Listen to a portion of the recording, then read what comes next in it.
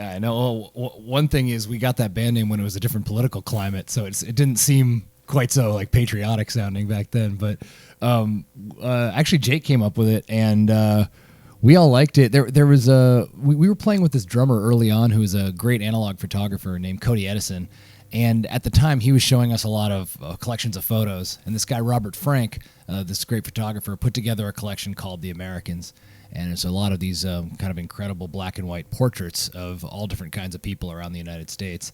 And a lot of our songs early on were kind of these portraits of people, and it seemed like something clicked there. So that's where we got the name. I'm Zach. I play guitar. I'm Jake. I play bass.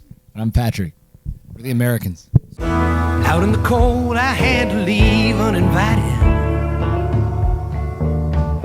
to the wide world where many things are lost. But you didn't say you put down in writing whatever it takes, and no matter the cost. Jake and I knew each other since we were little kids, and when we got back to like being friends in high school, it turned out we liked pretty much exactly the same music, and we were both learning to play music at around the same time. And so we started hanging out. He was in LA, I was in San Francisco, and we always knew we wanted to be in a band together. And we met Zach pretty soon after. Yeah, right around the same time, Zach was working at a guitar shop in Santa Monica, and I called Patrick right away and said, "There's this guitar player you got to meet." And yeah, so I moved down to LA like as soon as I could. We've been playing together ever since. Back then, we were kind of like intensely interested in like what they call pre-war music, which is like 20s and 30s rural blues and string band music and everything else from that era, field recordings and all that. And so back then, we were just kind of trying to like replicate that stuff as faithfully as we could. Also, we decided we wanted to have a lot of fun in the early days, so we were a party band. We played a lot of rockabilly music. And it was a great way to be rehearsing and getting good as a band while we were starting to write our own songs in the process. Yeah, it took us a while to write our own songs. So for a while, we were just playing the music we loved. And then, eventually we started writing music, and then we sort of became this iteration of the band. We love this stuff, too. That holds your bones. Travel a long way in a borrowed car. Chasing visions were... A lot of times, Zach will write something on the guitar and bring it in, and there'll be something that we all think is great about it, and we just kind of try to build a whole song around that. And Jake is a lot like the producer, he's that's like a big skill of his, and the idea is we just kind of write these songs inside out. We get like this one thing that we want to keep going, and you build around it and hope you don't destroy the little thing that's so good. And then I tend to write the words. I think we're a rock and roll band, and if you listen to records from the 70s, rock and roll is such a broad spectrum of things, and I kind of see us as kind of carving our little corner into that world with what we do. Yeah, I mean, like the music that we got into and we started playing together is from so long ago that a lot of the music, like as a reference point, everything's kind of antiquated. Like to us, rock and roll is something that happened in the 1950s.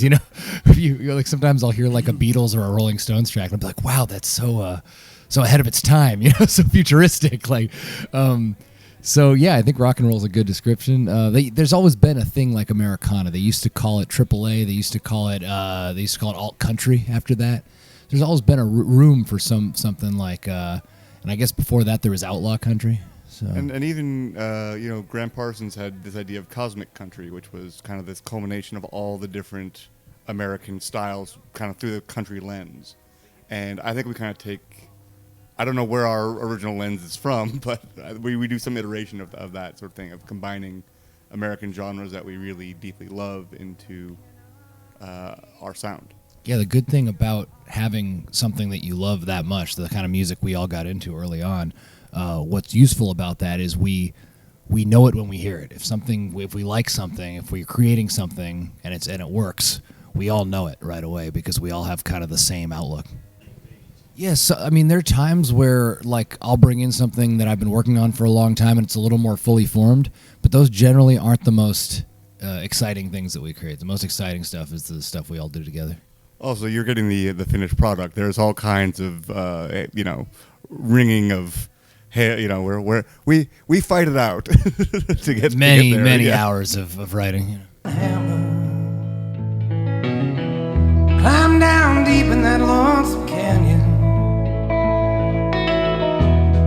Out beyond the world you abandoned, you gave way to the weight of that 9-pound hammer.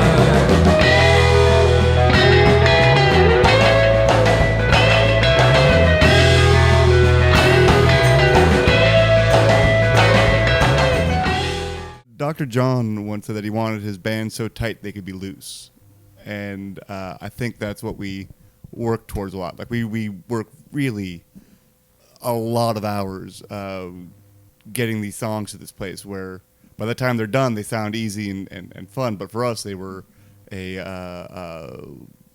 lot of perspiration to get there. Well, you never know where you're going with the song. That's sort of the nature of any creative work. You never know where it's going to end up, and you're kind of feeling around in the dark for most of the process. And when we go in the studio, we're pretty much set. We know what's what, and it's more a matter of production and how we're going to do it. And we record pretty fast. We do 2 or 3 songs a day, and we're out by a little more than a week usually in the studio. I had a talk with the guys a long time ago, and I thought said we're just going to be terrible in the studio and great live. That's why it's so much better. Yeah, man. I think we've been playing together, playing a lot of shows and stuff before we ever really recorded much. So I think that's kind of what we know how to do the best, Also, I think there's a potential electricity because of our background as sort of a party band. If you're not able to get the other guy to play a little bit harder, dig in a little bit deeper live, then you're failing your show, you're failing the audience. And I think we try to bring that into the studio as much as possible, but it's just, there's a difference between a live show and a... We do record everything live. We do everything live to tape, and then we track more things over it, once we've done the live take. For that reason, we want it to sound like we're all playing together. We don't want to split it up. But yeah, live's just different. Live's the best part about being in a band, is playing shows. Yeah, and you can get these moments where Zach will accidentally hit a chord too hard. That'll excite me. I'll yell at him, do it again, and then he's off to the races on a guitar solo. And in the studio, we'd probably just stop at that point and do another take. I think is one of the differences that would happen.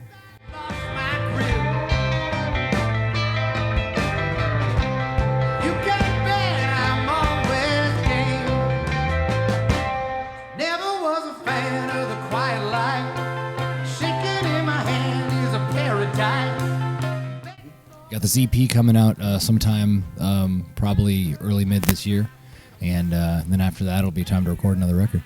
And there's a song on this EP that I think has been in the process of writing for 5-6 years or something. At least, yeah. At least sometimes when we're working on stuff, we'll go back and dredge something up that used to be an interesting idea, and we went through a bunch of iterations. We gave up on it, and we'll try to work that back up. Sometimes it doesn't work, but in this case, we finally finished it. So.